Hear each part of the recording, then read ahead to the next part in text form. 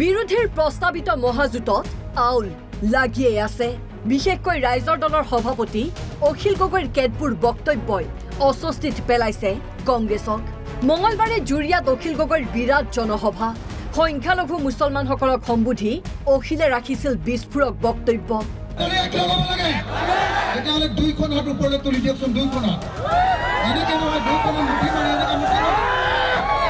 ইমানতেই থমকি ৰোৱা নাছিল অখিল গগৈ। সাংবাদিকৰ সন্মুখত গৌৰৱেৰে কৈছিল 2026ত মই কংগ্ৰেছৰ ব্ৰেণ্ড এম্বেচাডৰ। এইবাৰ কংগ্ৰেছ দলৰ আটাইতকৈ ডাঙৰ ষ্টাৰ কেম্পেইনাৰ মই অখিল গগৈ হ'ম। ব্ৰেণ্ড এম্বেচাডৰ কংগ্ৰেছৰ 2026 চনৰ নিৰ্বাচনৰ ব্ৰেণ্ড এম্বেচাডৰ অখিল গগৈ হ'ব। কংগ্ৰেছ আৰু ৰাইজৰ দল একেলগে খেলিম। কংগ্ৰেছৰ এইবাৰ মই ব্ৰেণ্ড এম্বেচাডৰ, আৰু এইবাৰ মই কিন্তু কংগ্ৰেছ নহয়, ব্ৰেণ্ড এম্বেচাডৰহে। মোক ভাড়া কৰি নিব লাগিব। আপোনালোকে বুজিছে নাই? মই কংগ্ৰেছৰ ব্ৰেণ্ড এম্বেচাডৰ, মই কংগ্ৰেছী নহয়। অখিলৰ এই ভাষ্যত হাহাকাৰ লাগে কংগ্ৰেছৰ ভিতৰ চৰাত।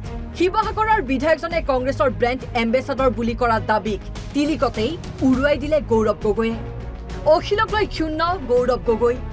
অখিল নহয়, কংগ্ৰেছ কৰ্মীসকলহে দলৰ ব্ৰেণ্ড এম্বেচাডৰ। আপোনালোকে আমাৰ ৰাজীৱ ভৱনত দেখিছে কিমান ভিৰ আহিছে। তাতকৈ আৰু ডাঙৰ ব্ৰেণ্ড এম্বেচাডাৰ কি হ'ব পাৰে? সমগ্ৰ অসমৰ ভিতৰত চৰ্চা যে ৰাজীৱ ভৱনত কেনেকুৱা এটা त्योहार দৰে এটা পৰিৱেশ, আনন্দ এটা পৰিৱেশ, সাহসৰ পৰিৱেশ, এটা সুবাৰ্তা আমাৰ কৰ্মীখিনি দিব পাৰিছে। আমাৰ অসমৰ কংগ্ৰেছৰ কৰ্মী হ'ল আমাৰ কংগ্ৰেছ দলৰ মূল ব্ৰেণ্ড এম্বেচাডৰ। প্ৰদেশ কংগ্ৰেছৰ সভাপতিৰ সৈতে দবকাৰ আকাশী গংগাত উপস্থিত থকা বিৰোধী দলপতি দেৱব্ৰত শইকীয়াইও কটাক্ষ কৰে অখিলক।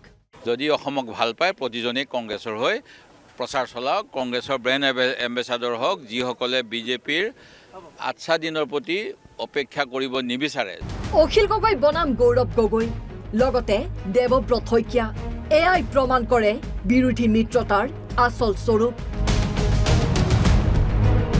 জুৰিয়াৰ পৰা গোলাম ৰাব্বানী, দবকাৰ পৰা কফিলুদ্দিন বৰভূঞাৰ ৰিপৰ্ট, অসম লাইভ 24।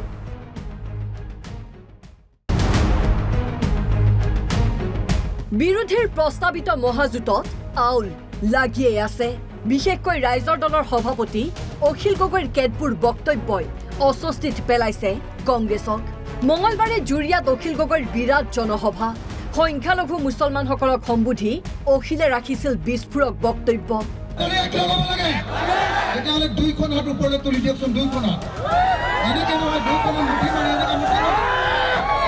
ইমানতেই থমকি ৰোৱা নাছিল অখিল গগৈ।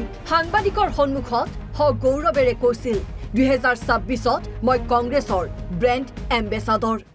এইবাৰ কংগ্ৰেছ দলৰ আটাইতকৈ ডাঙৰ ষ্টাৰ কেম্পেইনাৰ মই অখিল গগৈ হ'ম। ব্ৰেণ্ড এম্বেচাডৰ কংগ্ৰেছৰ 2026 চনৰ নিৰ্বাচনৰ ব্ৰেণ্ড এম্বেচাডৰ অখিল গগৈ হ'ব। কংগ্ৰেছ আৰু ৰাইজৰ দল একেলগে খেলিম। কংগ্ৰেছৰ এইবাৰ মই ব্ৰেণ্ড এম্বেচাডৰ, আৰু এইবাৰ মই কিন্তু কংগ্ৰেছ নহয়, ব্ৰেণ্ড এম্বেচাডৰহে। মোক ভাড়া কৰি নিব লাগিব। আপোনালোকে বুজিছে নাই? মই কংগ্ৰেছৰ ব্ৰেণ্ড এম্বেচাডৰ, মই কংগ্ৰেছী নহয়। অখিলৰ এই ভাষ্যত হাহাকাৰ লাগে কংগ্ৰেছৰ ভিতৰ চৰাত।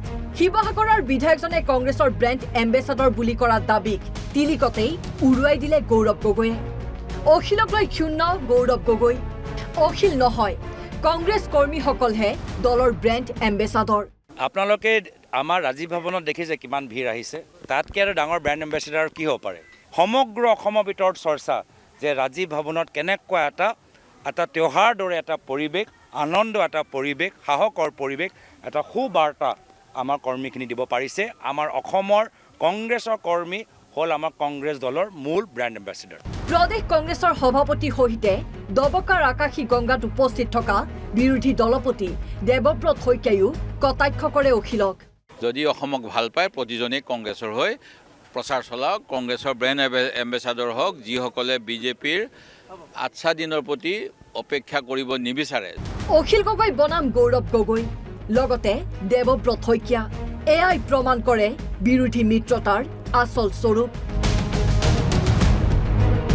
জুৰিয়াৰ পৰা গোলাম ৰাব্বানী, দবকাৰ পৰা কফিলুদ্দিন বৰভূঞাৰ ৰিপৰ্ট, অসম লাইভ 24।